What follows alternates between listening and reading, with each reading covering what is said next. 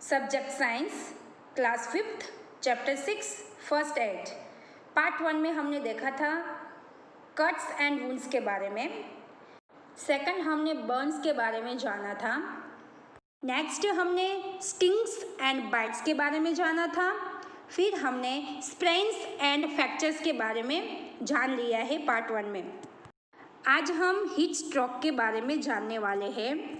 When people are out in the summer sun for many hours, they sometimes get a heat stroke. When people, जब लोग कई घंटों तक गर्मी की धूप में बाहर रहते हैं तो उन्हें कभी-कभी हीट स्ट्रोक हो जाता है। They feel faint और giddy.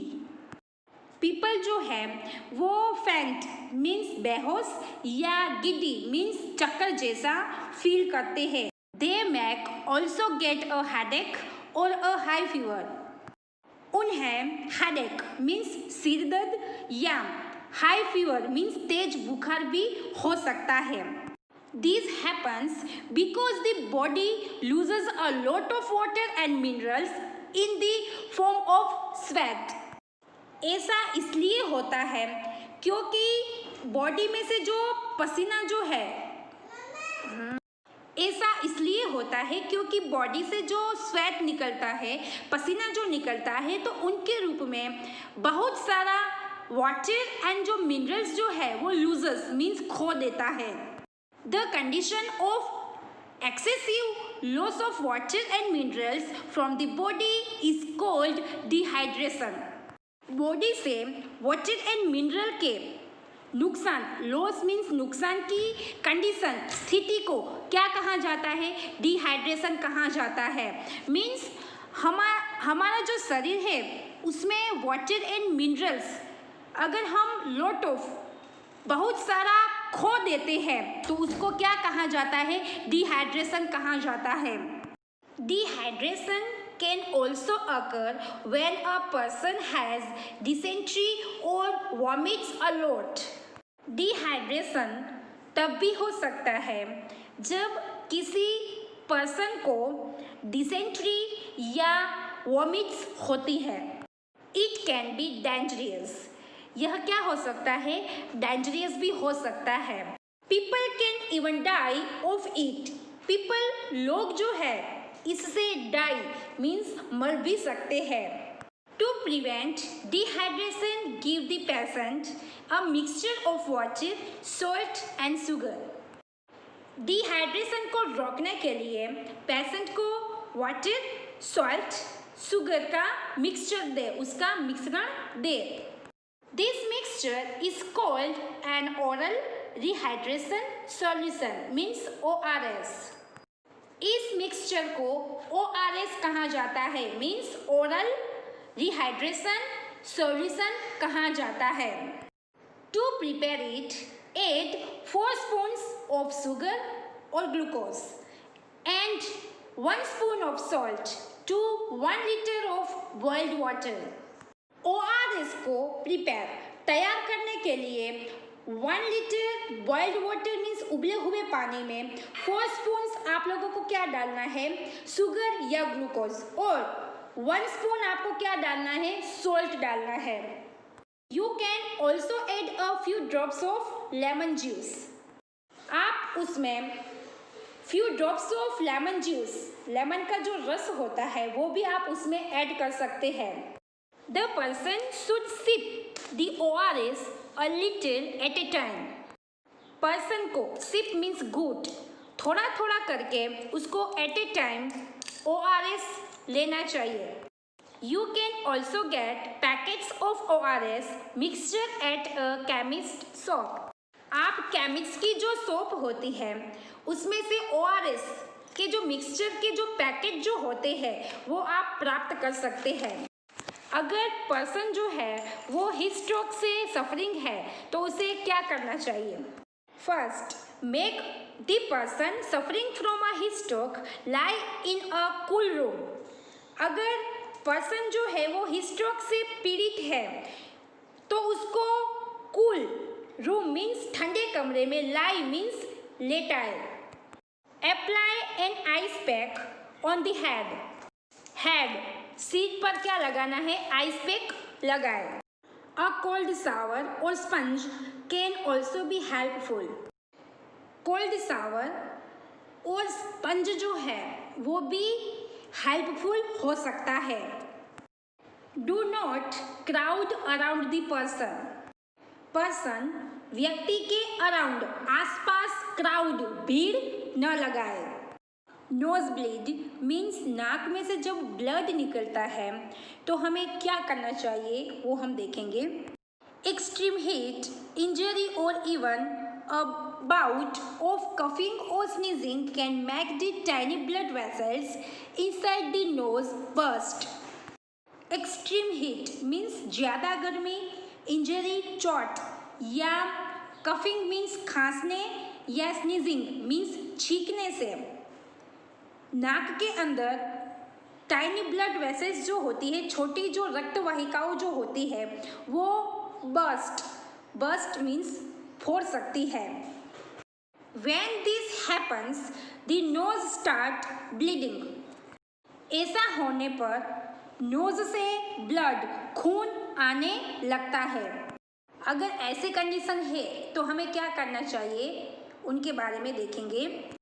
Make the person sit up straight with the head leaning forward a little.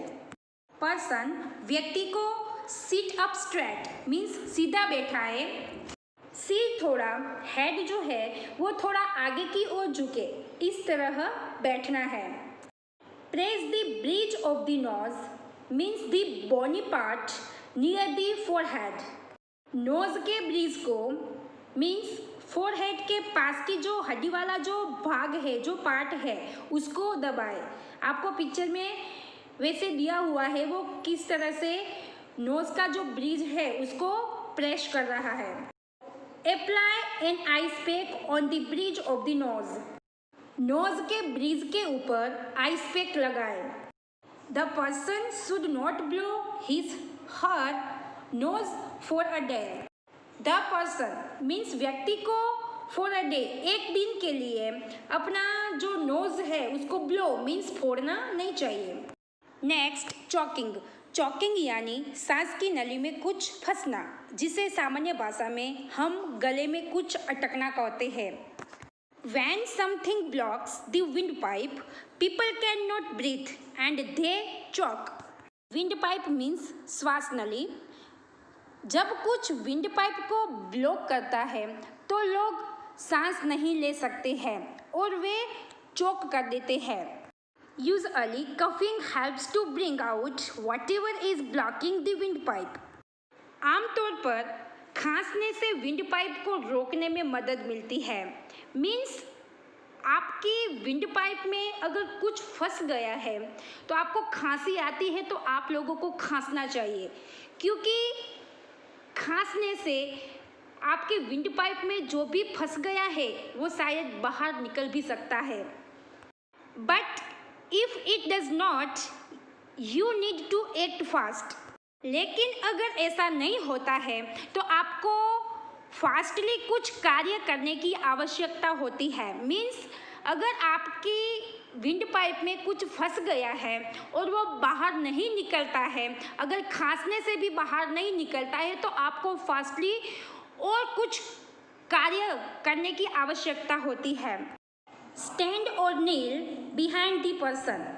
Stand means खड़े हो जाओ, या तो नील मीन्स घुटने टेको। जो व्यक्ति के गले में कुछ फंस गया है वो व्यक्ति के पीछे आपको खड़े हो जाना है या तो घुटने टेक देना है। Put your arms around the person's waist. Put your arms, आपकी जो आर्म्स है उसको पर्सन्स की वेस्ट मीन्स कमर के अराउंड मीन्स आसपास रखें। Second, make a fist and place it thumb inwards against the person's abdomen.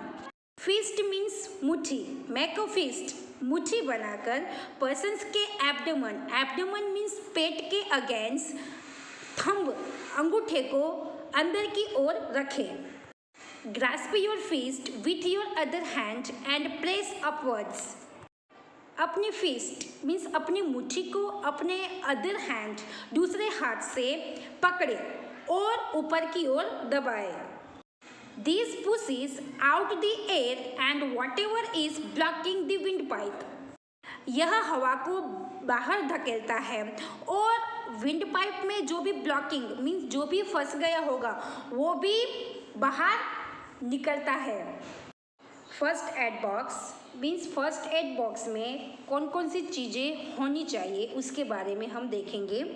You must have a first aid box ready at home and in your classroom. आपके पास आपके घर and आपके classroom में एक first aid box ready होना चाहिए। Use any clean box with a lead. Lead means ढक्कन। ढक्कन के साथ किसी भी क्लीन बॉक्स का उपयोग करें। आप जब फर्स्ट एड बॉक्स रेडी करते हो तो वो बॉक्स आपका क्लीन होना चाहिए और ऊपर क्या होना चाहिए, लीड ढक्कन होना चाहिए। It should have an antiseptic lotion, scissors, tweezers, bandages, bandage, calamine lotion, sterile cotton and gauze and some clean cloth. First aid box ready करते हैं तो उसमें कौन कौन सी चीज़ें होनी चाहिए। Antiseptic lotion, scissors, tweezers, bandages, bandage, calamine lotion, sterile cotton and gauze and some clean cloth. ये सब फर्स्ट एड बॉक्स जब हम रेडी करते हैं तो ये सारी चीज़ें होनी चाहिए उसमें। Do not keep medicines in the first aid box. First aid box में मेडिसिन्स न रखें। Make a list of the phone numbers of people you can call for help and stick it on the box. उन लोगों के phone number का list बनाएं जिन्हें आप मदद के लिए कॉल कर सकते हैं और इसे बॉक्स के ऊपर भी आप स्टिक चिपका सकते हैं। You can also keep a thermometer in the box. आप बॉक्स में थर्मोमीटर भी रख सकते हैं। The tube inside a thermometer has a small band which does not let the mercury come down. Thermometer के अंदर की ट्यूब में एक स्मॉल बैंड होता है जो पारे को नीचे नहीं आने देता है।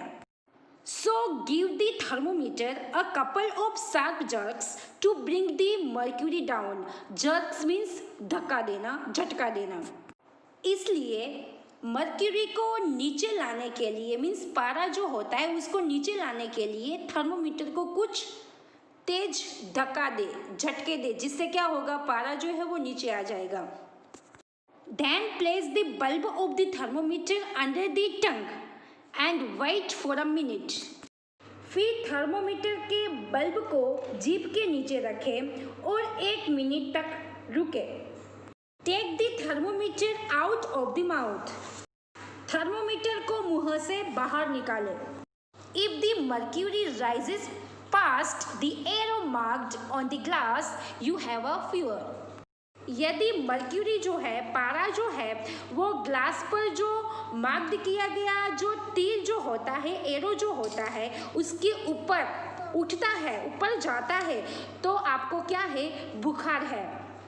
आप लोगों को जो पिक्चर्स में जितनी भी चीज़ें जो दिखाई दे रही है वो आप लोगों के फर्स्ट एड बॉक्स में होनी चाहिए। यहाँ हमारा चैप्टर 6 पूरा होता है।